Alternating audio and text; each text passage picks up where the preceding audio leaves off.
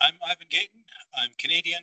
I worked for MSF for 15 years, mostly sort of logistics and then operations and management. I wound up going sideways into mapping in Haiti, mapping cholera cases, and since then I've become pretty much a career humanitarian mapper.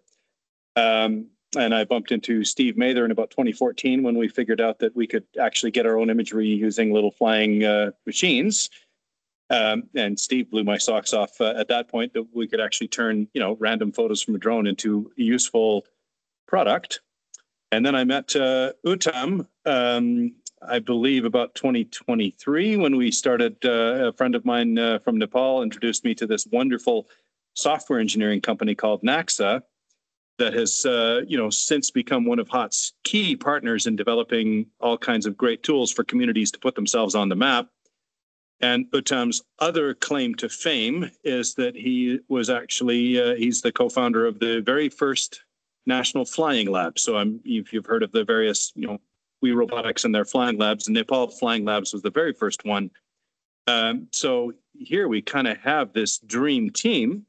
I will start, but I'll actually first hand over to Steve and Uttam to introduce themselves as well, because they can say anything more complimentary about themselves than I can, because they're incredible geniuses, but they can probably say something a little more humble. Uttam, why don't you say a quick hello? Yeah, thank you. Thank you, Ivan, for that introduction. And thank you, Dan, for organizing the meeting. It's nice to see you again after our last meeting at DC. So hello, everyone. My name is Uttam. I started a company back in 2014 after I completed geomatics engineering to digitize the surveying and mapping sector in Nepal. So we are just three classmates trying to figure out what can we do for digitizing the mapping industry in Nepal. And now we are a team of 110 youths. All of us are below 32. We are a team of youths based in Kathmandu, Nepal, and we work on a lot of digital and spatial projects, but mostly related around humanitarian context, disaster management, climate change, urban planning, and that sort of issues. But back in 2014, I did my undergrad thesis on the use of drones for mapping. So I was very much interested in drones, and then Nepal earthquake happened, and Patrick Meyer from We Robotics and then another guy, they came to Nepal and they organized a training. So one of the things we learned during the training was, there are new technologies like drones and AI coming, but until and unless the local people in the country have the capacity to do it, it's not going to create much of a difference. So that's how the concept of Flying Lab started, because at Flying Lab, we want to localize the drone technology so that the local people in developing countries can use the drone technology whenever there is a local need. So initially we kicked off Nepal Flying Lab, and now we are in 42 different countries. So that's how we started, and currently we are also working with HOT in different exciting projects.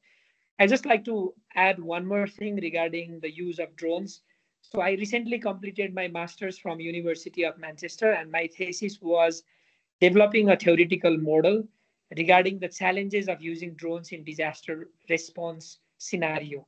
So I interviewed 12 people who were doing drones for disaster management.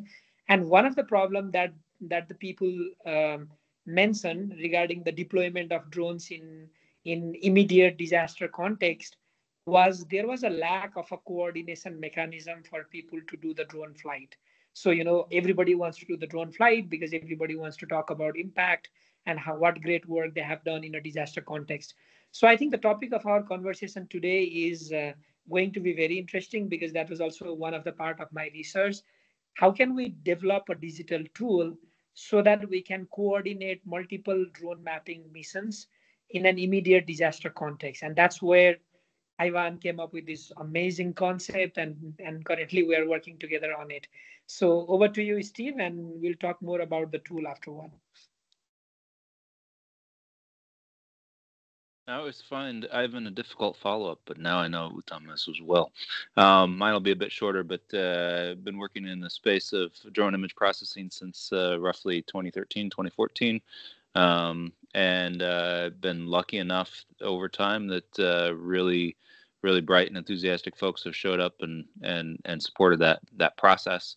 Ivan and I met very early on, and that kind of created a bit of a North Star for Open Drone Map as a portion of what we do being important tools for humanitarian and development purposes. And I was really excited when Ivan started talking about, all right, how do we do this for real? How do we map the world for real?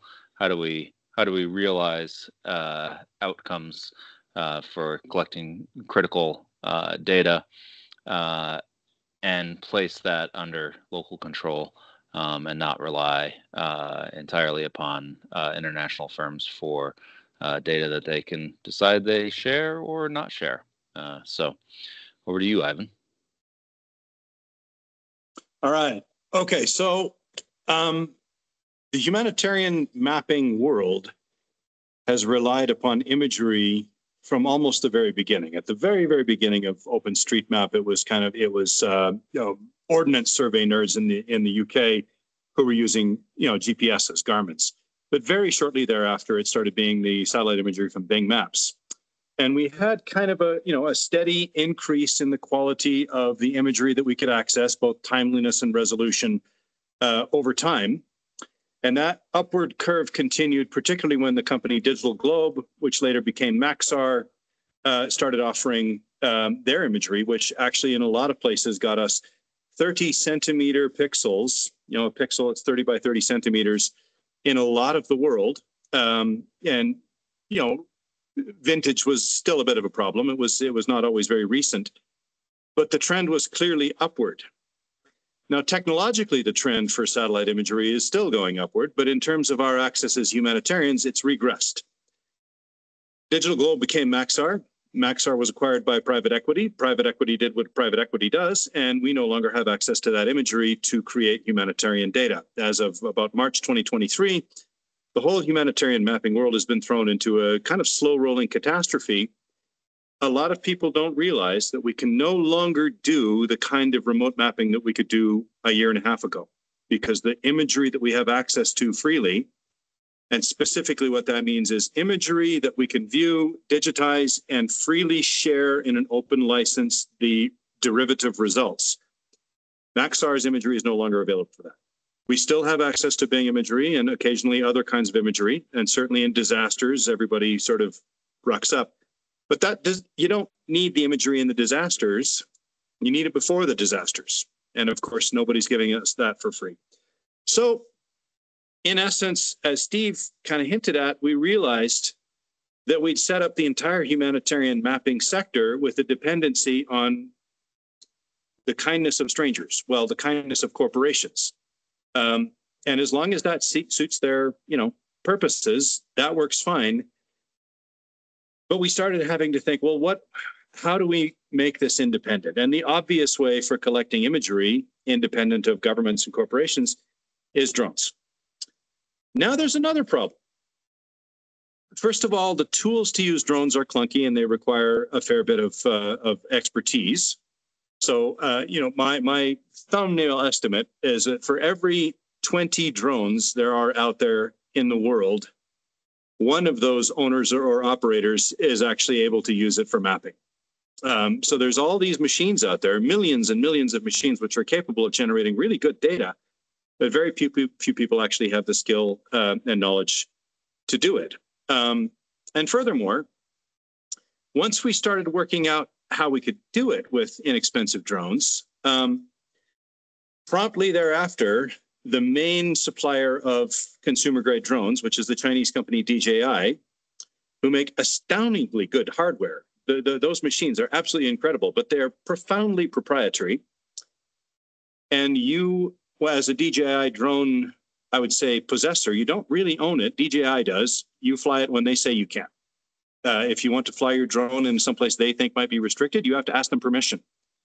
And for that matter, if you own one of their more recent low-cost drones, they haven't released SDKs for them, software development kits, so people cannot create third-party flight control software for them, so you can't use them for mapping. On the DJI forums, their answer is, you just have to buy the Mavic 3 Enterprise. It's only $4,500. So where circa 2019, you could buy a $700 Parrot, a NAFI, or a $1,000 DJI Mavic and do pretty good mapping with it. We've actually got to a position where, not only are the satellites kind of inaccessible, even our ability to, buy our own drones and fly them is suffering from, the community doesn't have independent access to this. It takes a lot of money, and there are sort of obstacles in the way. What to do? Well, I'm going to try to share my screen here. So bear with me for just a moment. I'm going to hope this works.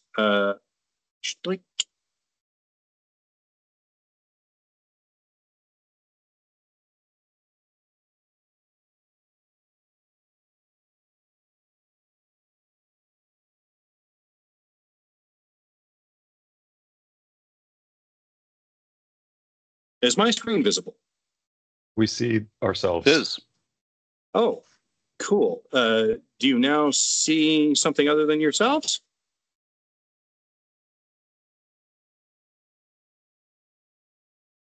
No, we're back to no slides at all.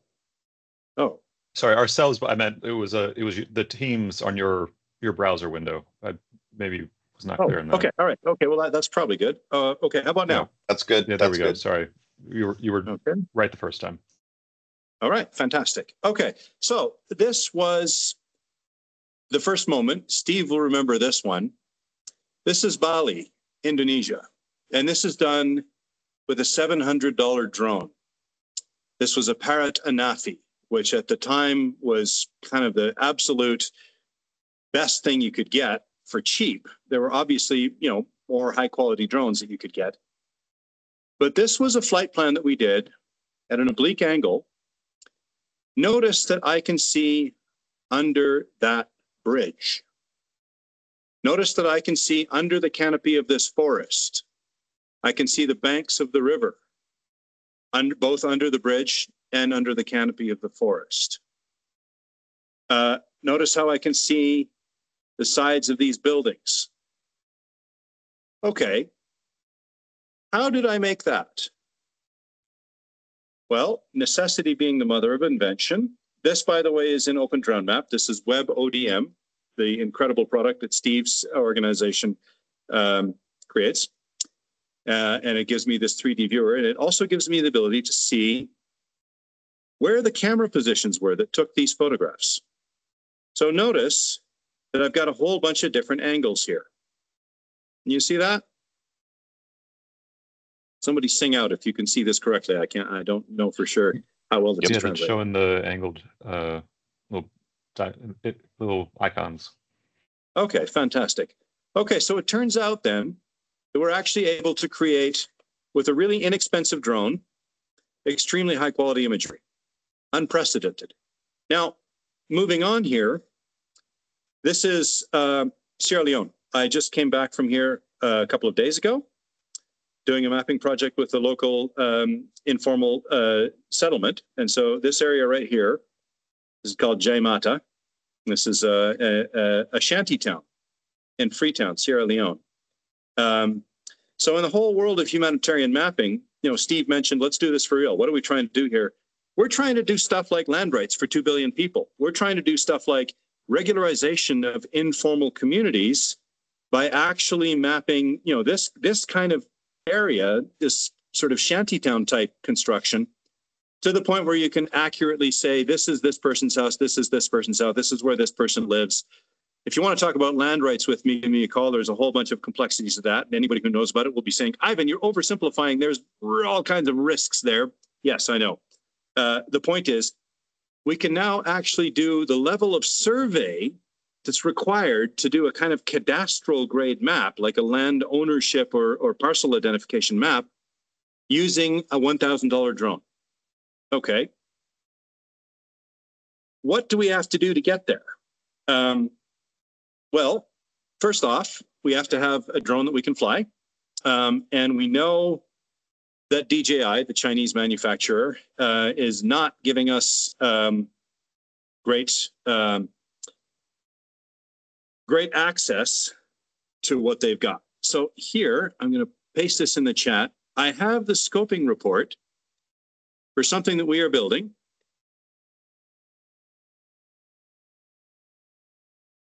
I would love for you all to have a look at this, and I will put this in context in just a moment. So basically,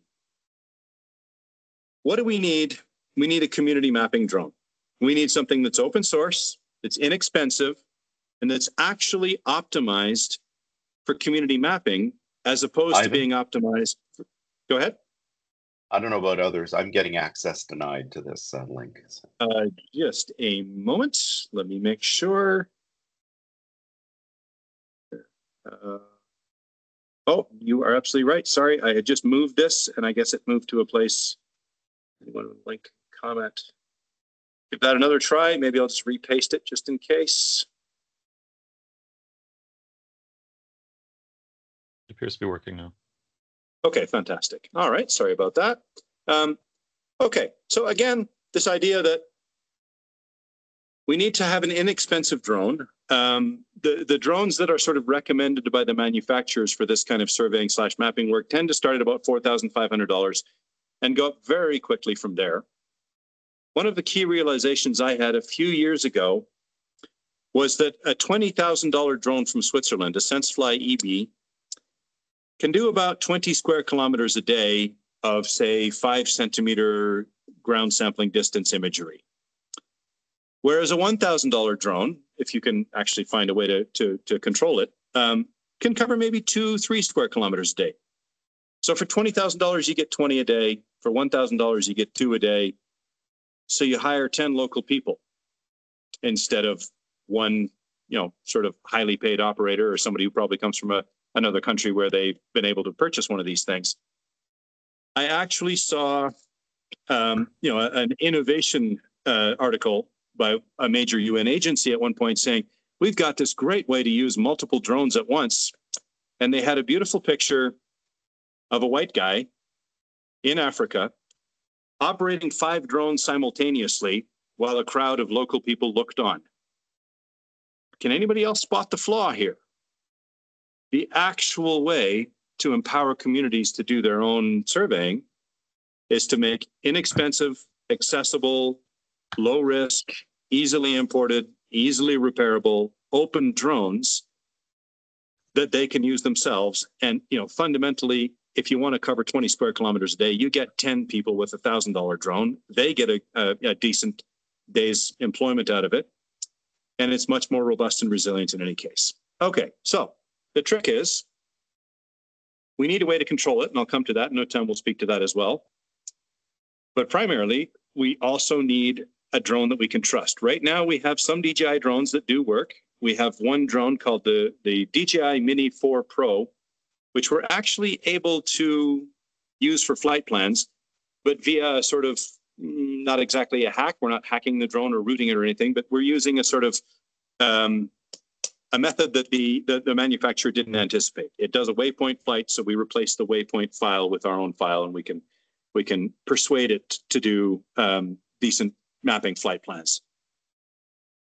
But one day they're going to do a firmware upgrade, and we won't be able to do that anymore. Or the next, what happened in 2019 was we had a number of drones that had third-party flight control that worked pretty well.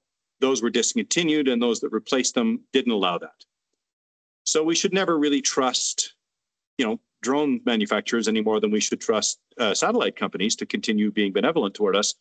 We should make sure that we have our own independent options. To wit, Grand Challenges Canada, a funding mechanism, has actually awarded us 250,000 Canadian dollars. Unfortunately, those are not worth as much as American dollars, but nevertheless, to design and manufacture our own drone. And the idea that, cooked up largely between Steve and myself was something that's non-weaponizable, meaning it's very lightweight, under 250 grams, which is also a regulatory threshold in many countries, does not transmit video, so it can't be used for targeting coordinates, and is safe and is intended simply for mapping. What do you need for mapping? You need photographs, still photographs, ideally with high sensitivity. You want RAW, not JPEG. And if you remember that mesh that I showed you a moment ago in Indonesia, where we had all these angles, that was done by flying a double grid, where the camera is facing up 45 degrees, and we fly east-west, east-west, then north-south, north-south. And then we fly a third pass where we're doing nadir, straight down. Well, if we make a drone that's specifically for mapping as opposed to video or wedding photos or something, what we actually want is 3 cameras, one facing down, one facing forward, one facing to the side. Now with a single grid going north, you get your north and your east. Going south, you get your west and your south. Okay, plus your nadir. So if you have 3 cameras on one drone, taking a picture every second or so, now with a single pass, you can collect this incredibly high resolution and 3-dimensional imagery. So it turns out, the more we think about this, the more we realize that a drone is actually pretty easy. You can go on YouTube and find people that have put together 250-gram drones that work fine. You can buy all kinds of inexpensive drones. You can DIY yourself a piece of bamboo and insulation foam. That's something, one of our tricks. Some of my teams in Africa can assemble pretty capable drones using fairly local materials. Trouble is, the camera. The camera is hard. You can actually model DJI, the Chinese company, as a camera company with a little drone division. The cameras they have on those things are extremely powerful, very small, very lightweight. And, you know, the quality of imagery that we're able to capture now is based on that incredible engineering. Well, so if we realize that a drone is kind of commodity, we can get something that we can, you know, put in the air and carry a payload. What's the payload? Well, it's the camera. So I've shared this document with you where we actually have gone over what this would actually look like. And what it would look like is a sensor. And these sensors, you can't just sort of walk into a store and buy these. You have to have a relationship with a manufacturer. But we've got a company in California that's doing a wonderful job of looking at this with us to find the right sensor that we can put behind these lenses.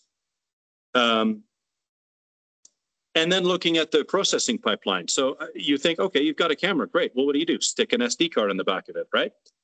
Actually, no. If you start to put the amount of data that 3 cameras snapping raw images simultaneously is doing, you're not even going to easily find an onboard processor that can process that imagery. So we're looking at using what's called a field programmable gate array, an FPGA, which is essentially something that you program in hardware. Look those up. They're amazing. FPGA, field programmable gate array, essentially a very lightweight, low-power device that instead of being a fully capable general computer that runs an operating system and then some software, you've literally got a sort of single-purpose software directly burned into the transistors, which means, you know, for the same amount of power and weight, you can get a great deal more processing capacity.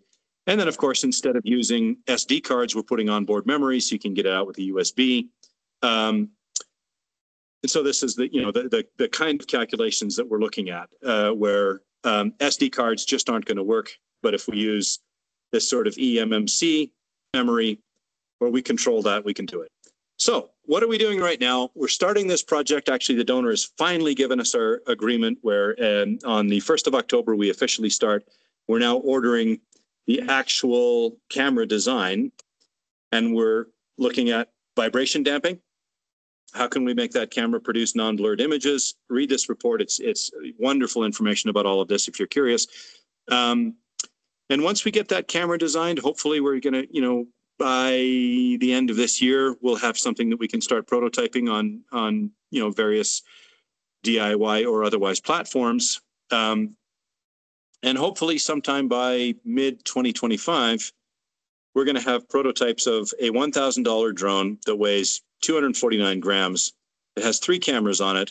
That's completely open source, and that you can actually fly specifically for mapping missions because it's, you know, it's built to be compatible with you know, flight control for coordinated mapping. I'm going to stop here for a moment and ask if there are any questions, and then we're going to talk about the drone tasking manager. I do like interruptions. I rushed through that a bit, but let's hear if anybody's got any thoughts so far. I see Alexei. Go. Hi. I'm interested. You said some of the sort of sensors and the like gate array and stuff that you're looking at are kind of not consumer available parts. You have to have a relationship with the sort of producers and suppliers. Is that going to make it difficult if you come up with a open source kind of schematic for how someone could build these? how will people be able to get those kind of parts, or is that part of the process of providing options for people once you've got the kind of design sorted? So my first thought is open hardware probably doesn't mean that any hobbyist can do it in their basement. I would love if they could. Don't get me wrong, I would love that. But it's more likely to mean that any manufacturer can fill that need, right? Like we design the thing. We actually do intend to have it manufactured and sell it, not for a profit, but just in order to make sure that we get it in people's hands. But we're actually hoping that somebody will compete with us. We would love if other companies in other places would, grab a hold of that and try it. And of course, maybe it's the case that having this open source design out there in the world would help persuade the manufacturers of these necessary parts that there is a reason to allow sort of, small scale sales. Or there might be resellers. But the basic answer to your question, Lexi, is it's probably not going to be a DIY job putting together a drone mapping camera. It's probably going to be something where the open hardware becomes a digital public good that any manufacturer can pick up and hopefully, compete, make it good prices for everybody, maybe even improve on it. We'll make it a copyleft license so that if they do improve on it, in theory, they should share those improvements back. Let's see. Dan. That's great, thanks. Or Joe. Yeah. Yes, so you mentioned a lot about the money going towards the camera design. Can you say a little bit about your plans for the drone platform itself? Like if you would have a recommended set of plans, or like the other half of the equation, I guess. Yeah, so the other half of the equation, one thing that we're doing is trying to make the camera module absolutely as modular as it possibly can be. One of my initial spec recommendations of the company was I want to be able to strap it to a bird. If I've got to put it on a on a vulture, then so be it. Just put a battery pack on him. So in other words, I'm hoping that people will be able to use whatever is most appropriate to their context. If that means, a Delta wing that they get from Hobby King for, $400, great. If that means a commercial quadcopter, great. Though what I think we're going to aim for, certainly plan A, is a Chinese manufacturer that we've actually come across already to slap together something that is 189 grams that we can strap the camera onto. And it's basically one of the Chinese FPV drone manufacturers who are used to doing things that are very small, light, and agile. And, instead of using the usual proprietary flight stack that they use, putting ArduPilot and or PX4 on it, making it wide open, and optimizing the design a little bit for low vibration, as well as optimizing some of the software for low vibration, i.e., like whenever you take a picture, you actually slow the rotors down a little bit, and you aim for a relatively flat attitude of the drone. So yeah, plan A is we actually get something manufactured. If there are those of you out there in the national societies or around in the sector that when we come to that point would like to do some pre-orders, that would certainly help us a lot, because every time we do a run of manufactured drones, we're going to have to, you have to pay sort of a tooling up fee. I seriously doubt that the very first iteration of this drone is going to be the perfect one.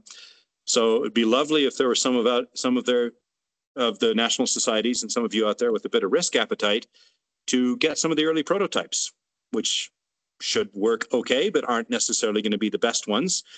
That would be hopefully good for you because you'd get some early access to cool stuff and develop your skills and capacities, but definitely helpful for us to have people out there willing to participate as, sort of testers and early adopters. Money is tight on this project. All of my commercial friends, all the people I know in big companies, when I say I've got $250,000 to design and manufacture a drone, they laugh and laugh. And when I say, well, it's fully open source and there are some communities that can back us on this, they're like, okay, we're not laughing quite as hard, but it's still quite challenging. So we could definitely use, your support on that. Any other questions before Brent, go. Yeah, you actually even partially answered this, I guess, just a moment ago. So I was curious whether you were already partnering with a manufacturer on the design, because I'm not a a manufacturing guy, but I understand getting them involved early allows you to have a design that's more easily, obviously, manufactured and might be less costly. So it sounds like you're already talking to somebody in China. When you mentioned that, it triggered another thought, though. It's increasingly, I don't know, heard. It's actually a bill passed or partially passed in Congress to ban DJI even in the United States. So are you looking at potentially manufacturers elsewhere other than China, just for political trade reasons? And if you're, what about in Africa, or what about in parts of the world where obviously you're targeting the price point, you're targeting the design? Are there opportunities to find a local manufacturer there that you could start working with? I had a conversation with a manufacturer in India. Yeah, we're definitely not going to do business with DJI directly. One of the issues with DJI is that DJI's drones are actually known to phone home. They send encrypted information back to China when you fly.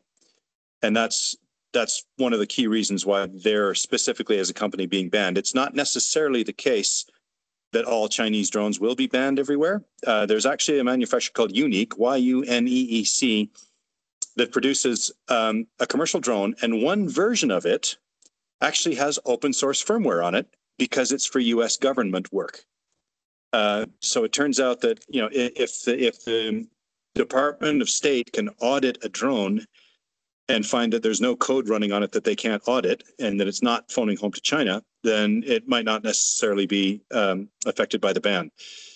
Would I like to find manufacturers outside of China? Yes, I do have one lead in potentially India and one in Taiwan.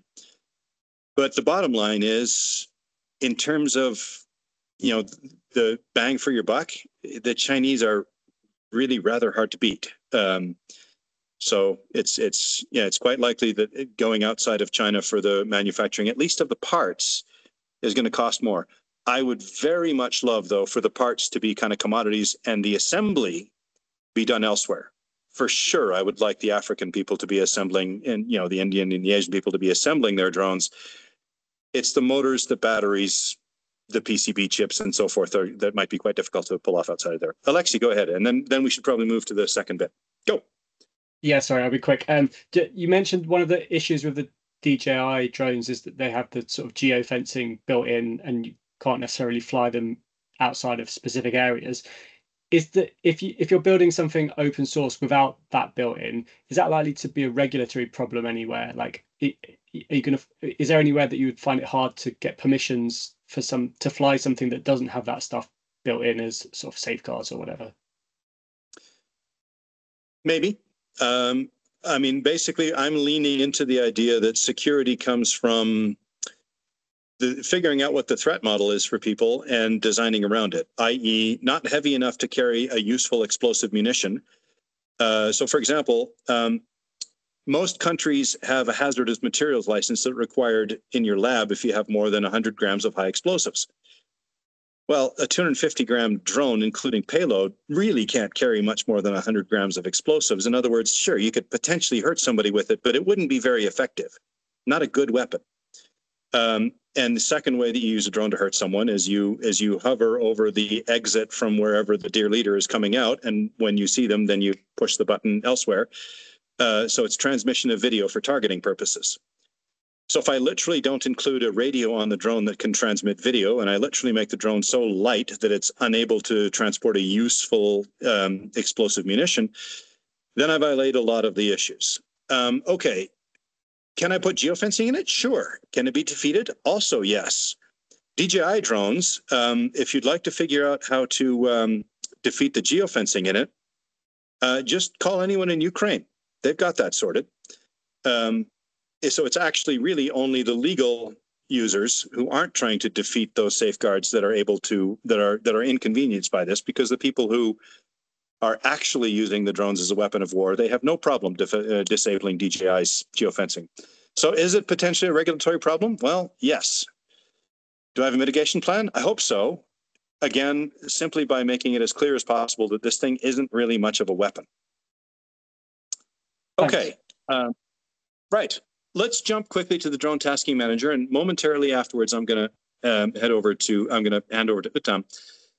This is a piece of software intended to coordinate efforts. Now, remember I said that you could take, 10 or 20 little $1,000 quadcopters and fly 2 square kilometers a day each. Well, that actually means a ton of different flight patterns. Oh, I didn't show you this one. I should just show you this. This is the output from the drone tasking manager. This is actually not photographs. This is a flight plan created by the drone tasking manager with terrain following. In other words, none of the commercial flight planning softwares can do this, and we can. I'll just close that so that I can go back to the drone tasking manager. Here we have a tool.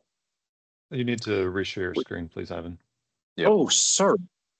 Rats. Okay, so I just described what I was showing on my screen that you were not seeing.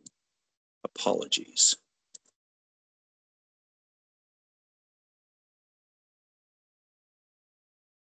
Are you seeing me now? No. Yes, your screen No, is there is a sharing. blank screen. There is a blank screen. coming in. Ivan. It's the wrong. Okay. That's it. Here it is. Okay. All right. Welcome to the Drone Tasking Manager at dronetm.org. Uttam, you can pop that in the chat if you like. Okay, let's just quickly look at what it does. I'll hit Add Project. I'll go red, cross, example. I'll hit Next. I'll draw a project area in, I don't know, Dan, where do you want to fly? I Ben? want to be able to fly near my house, which is not allowed. Okay. Washington, D.C.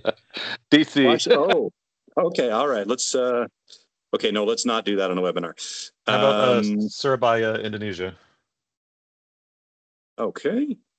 That sounds great. Let's see here. Surabaya. All right. Okay, that looks exciting. Let's go somewhere we've got some interesting terrain. That looks like it's a little bit mountainous. Okay, I'm going to draw a project area here. This might be too big. Nope, yeah, it's not going to let me do that. That's more than 100 square kilometers. So it does check that. Okay, fine, let's just do here.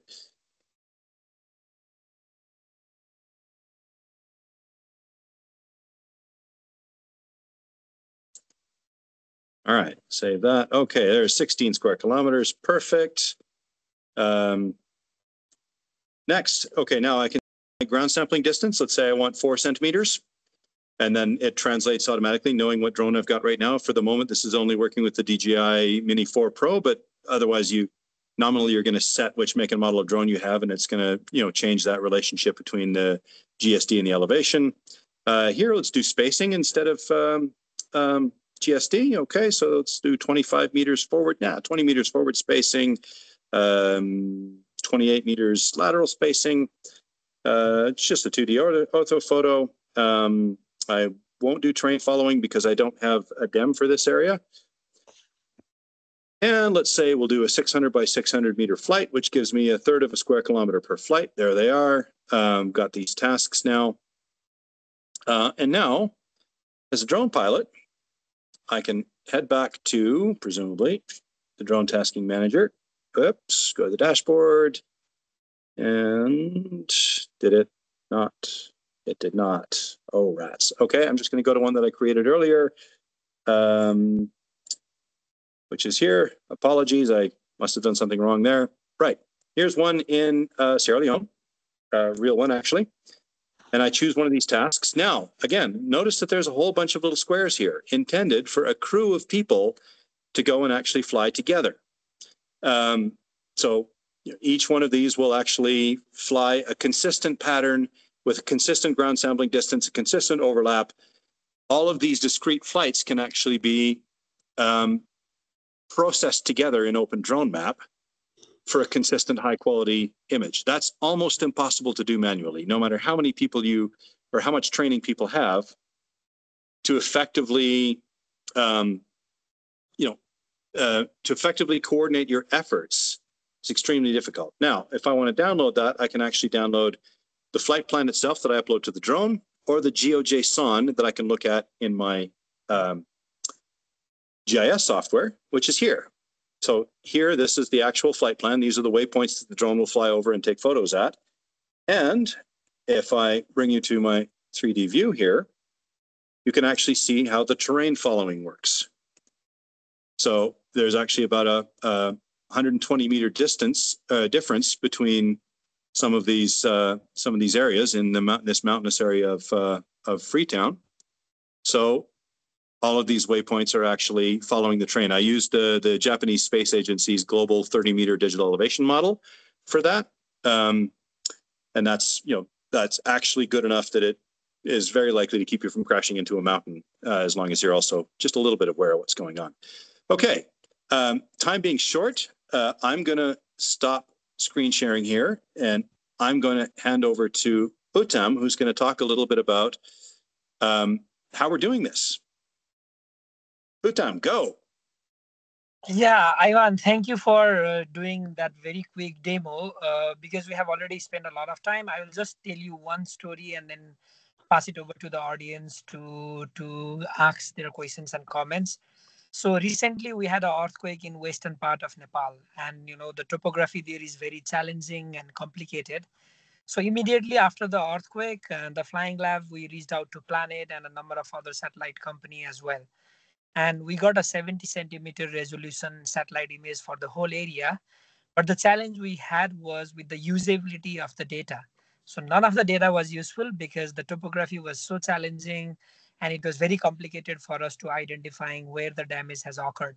So for me, like for an organization like Red Cross or World Bank or any other humanitarian or international donor agency, one of the big use of drone tasking manager is the rapid mobilization of multiple volunteers in the immediate aftermath of a disaster like the one I mentioned, so that multiple pilots can go to the area and then conduct the mapping mission at the same time.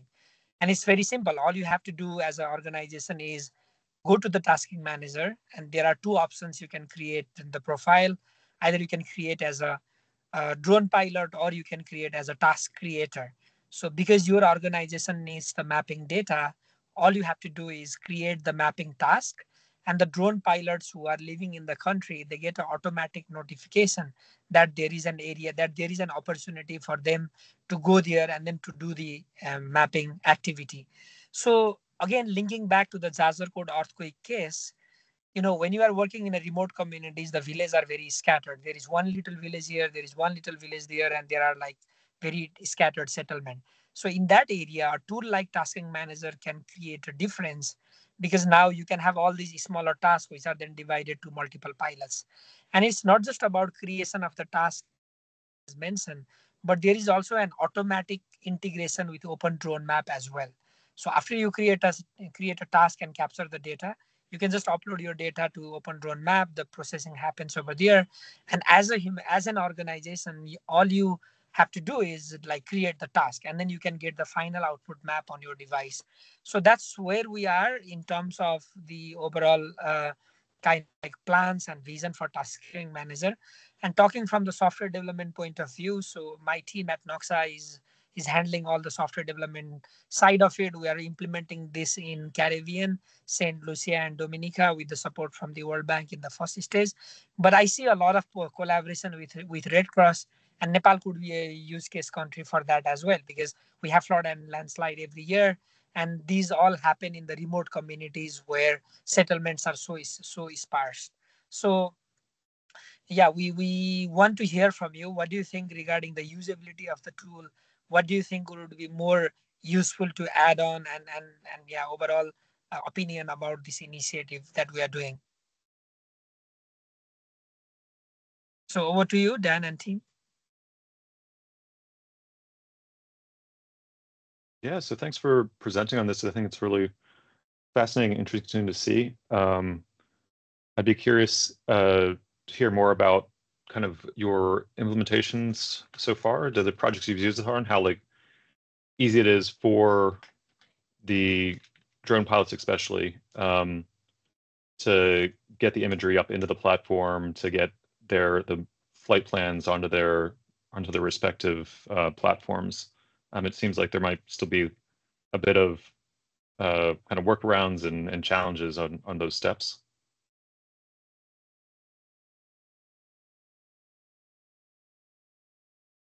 There absolutely are. So the intended function, okay, first of all, I should be clear that the Drone Tasking Manager, its actual sort of full release won't be until January. So right now, this is very much alpha testing software, not even beta. But we're actually very close to the sort of minimum viable product. Right now, what you have to do to use it is you create the flight plan, you pull the flight plan off of the off of the web onto your computer. You hook a USB cable from your computer to the controller of the drone. You replace a file on the drone controller, and then you activate that. Essentially, what we're doing is tricking the drone into thinking that our flight plan is its own waypoint file. We've actually found that it's workable. It's not the nicest workflow because you're obviously sort of working a bit against the intention of the manufacturer. But it does work. And the next step there is to actually create a mobile software that allows you to connect a USB cable between your phone and the controller and have the phone actually automate that file replacement. It still requires a bit of manual fiddling with the controller. For example, some of the flights we use waylines. So instead of actually making a waypoint for every single position, we just make the beginning and the end of a line, and we have the drone take a photo every 2 seconds. Then you have to manually set that. So there are things like that make it complicated. Nevertheless, what's on my screen right now was the first practical implication. This was 3 teams with 3 different drones flying these flight patterns here. Every different color. Those are actually the photo positions for each of those flights. And that actually resulted in a remarkably, well, first of all, it was pretty easy. This was Balinese disaster management agency staff, so not experienced drone pilots at all. They'd never used drones before. Oops, sorry, somebody just asked a question about Indonesia. What was that?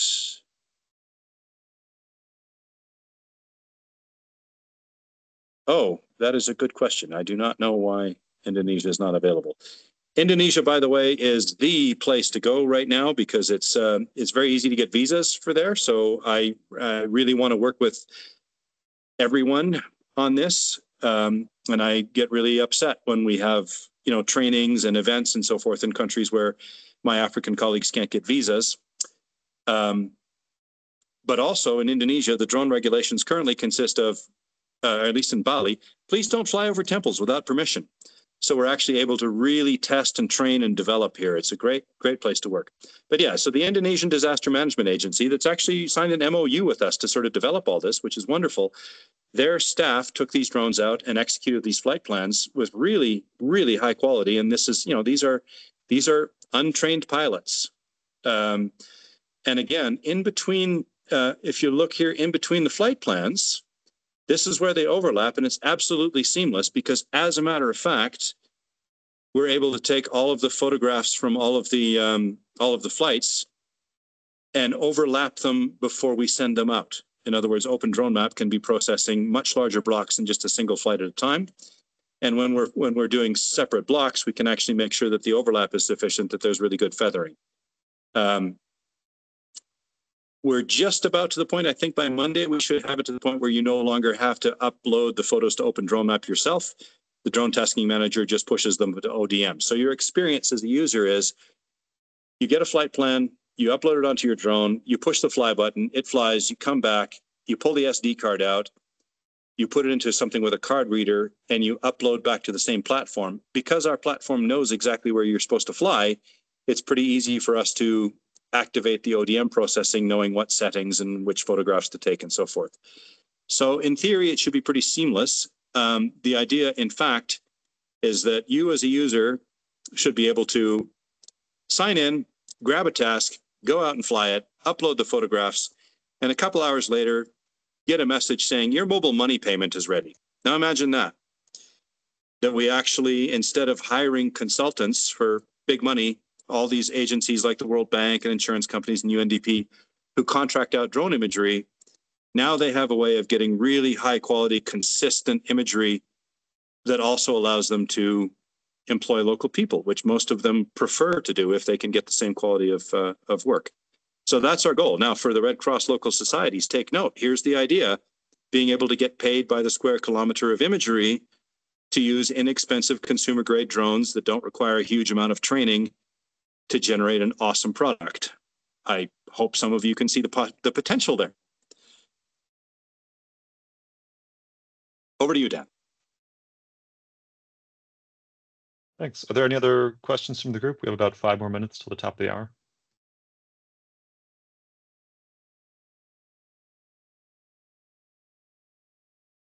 Steve, can you sing out a bit about how this fits with the open drone map community? Maybe talk a bit about the discussions we've had on the forums. Yeah, so I think there's some cool generalizable things here.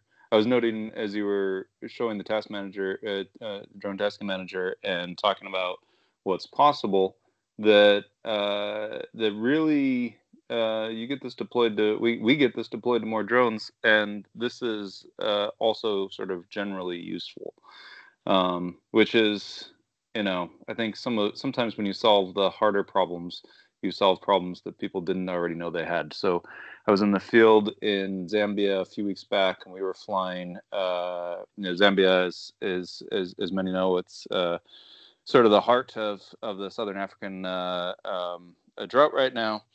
Reservoir management is a major issue on people's minds, and so in another project, in another context, working on a WMO project, we were working on how do we best collect data for a reservoir and really understand the capacity and provide actionable data, again, using local teams. And the process of actually flying just 3 or 4 square kilometers over a week with, drones that were breaking and drones that were limited and, all the various problems, the flight planning part was probably the hardest part. And that was using the best available tools. And already what you demonstrated today sort of changes that matrix, not just in the humanitarian and the development context, but if we're talking about reservoir management, which is sort of a development problem, but also sort of a general problem, this helps solve that. And then more broadly, I think you're going to cause me all sorts of problems. I'm excited. How do we really scale up processing? How do we ensure that we properly support the new sets of problems when we go from, essentially small individual focused efforts to global scale efforts? And I think there's some downstream problems we're going to have fun solving that really are going to be driven by the idea that a global base map, a global aerial base map at high resolution in 3D is now a technical possibility. So this is super exciting.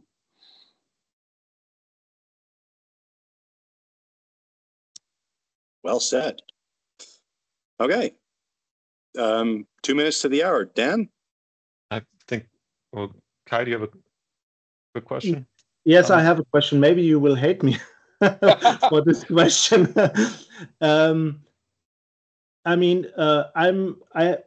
are in Europe, and we have very expensive equipment to fly. It's a Matrix 350 with the H30, so the newest equipment. And I'm coming from the other way around. We have this equipment in place, and you coming from the other side. I totally understand. And mostly I see the difficulties now that we can put both worlds together. How can I integrate with my most expensive equipment? I know, or we have a local ODM file server, where we do the mapping with. So we use the product, Stephen. But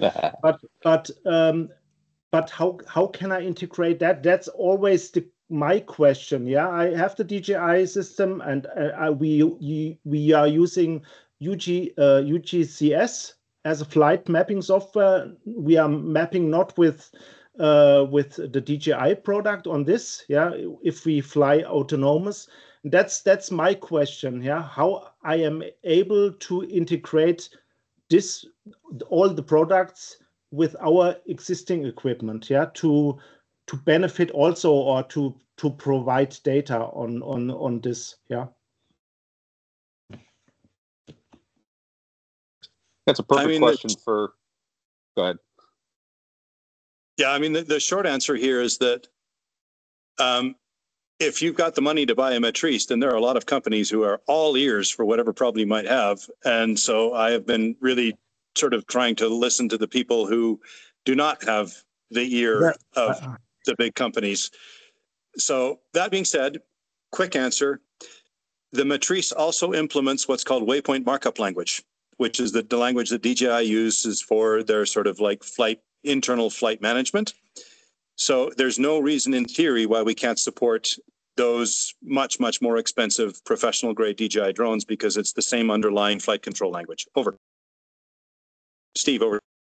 Yeah, and I think there's a broader question. This is sort of one of those downstream problems of making awesome stuff, which is, all right, now how do we support X, Y, Z, etc. And I think part of the answer is we support first what the priorities of the project are, but secondarily we make sure that we provide you or whoever you contract with to develop a tool, the necessary sort of ad hoc support for extending what we have to support what you have. And from my perspective, that's an easy thing to do, and it's particularly easy if we can use essentially the same approach. My immediate question was actually very similar. Hey, I want to support this other drone I have. Ivan, when do you have a call? When do you have time for a call? Let's build out support for this ASAP, so that the next time I'm in Zambia, I'm not spending 3 days just trying to figure out how to get the flight plan right, but I go to the field ready to go. Thank you. Yeah, I mean, the short answer is that flight planning is generic. I mean, you have some parameters. What's your GSD? What's your overlap? What are your angles? What's your terrain following? Once you get that, then it's actually, there are no more unknown unknowns. It's all just work to translate those into whatever language, whatever drone has to speak. Great. Thanks, everyone. Hope to see you at the next one, and we'll post the recording soon. Thanks so much, Ivan, Steve, and Uttam. Thanks all. Very much.